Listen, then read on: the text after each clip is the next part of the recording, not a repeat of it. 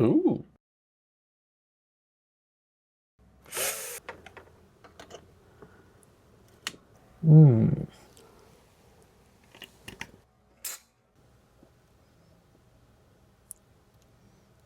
Yes.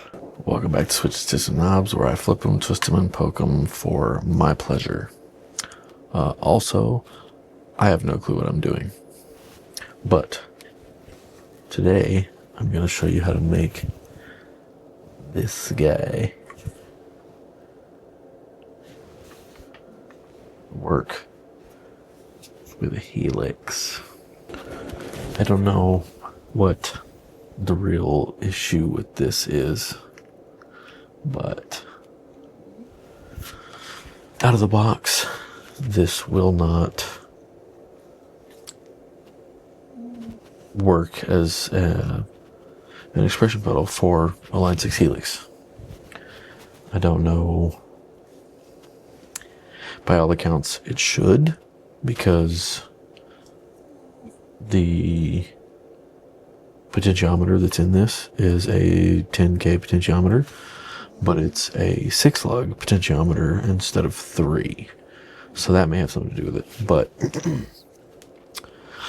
when you get these and you hook them up, somebody online said that they used a balanced TRS cable. I tried that and I had the exact same results as a standard 1/4 inch. So the issue is that when you sweep, it goes 0, 100, 0. You start at 0, 100, 0. I don't know why it does that, but that's what it does. But I find my screwdriver, and I'll take this apart and show you what I did. You want to remove the 4 screws on the bottom and take this plate off. Now on the inside, you have this PCB connected to this smaller PCB, which is connected to the potentiometer, which is controlled by your sweep gear. Kind of like a rack pinion setup. But the rack is moving the pinion rather than the pinion moving the rack. This modification will render this basically useless as a through and through volume pedal. It will basically only be useful as a 1 lead through the output expression pedal. I also don't know if it will still work with any of the Valeton stuff, since that's clearly what it's designed to work with. So make this modification at your own risk.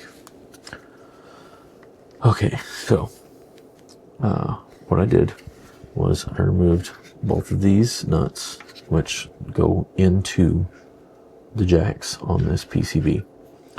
Then this PCB will slide out, and you can see the gray. I'll just do it.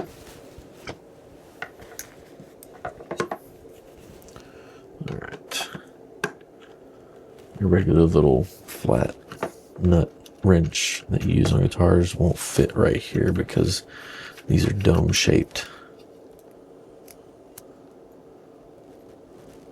And it doesn't like them.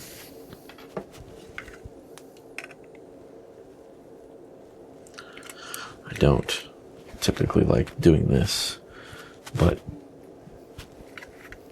it's the only thing that works in this situation, unless you have the proper size nut driver. And I don't. Okay, you take those two out, and this PCB just kind of slides out. This ribbon cable is soldered to those 6 pads on that smaller PCB. What I have done is connected the, let's see, it looks like pins 1 and 2 on that smaller PCB, of which there are 6. I already said that multiple times. It's 1 and 2 on there, or 5 and 6, depending on which end of it you're counting from, to the ring and tip lugs of this jack. Completely disconnecting this, because I think this whole 6 lug setup is what causes it to read wrong in the Helix. But just connecting those 2 pins, those 2 there, to those 2 there, with just 2 pieces of wire, makes this a 0 to 100 sweep on the Helix. And then this is usable. I think this is one of your cheapest options. May not be anymore, but if anybody has one of these and they want to make it useful, maybe this will help.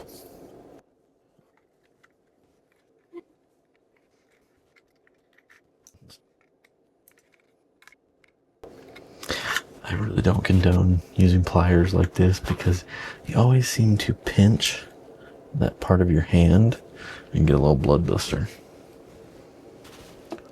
Also, I think these lights are going to wash out. Alright, so I'm going to move the camera and show you.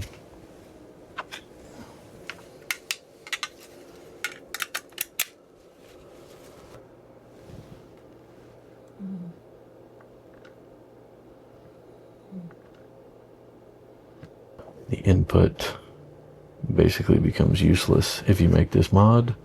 There you have it. Hope that can be of some help to somebody. It was a little bit tricky figuring that out on my own, because like I said, I don't know what I'm doing.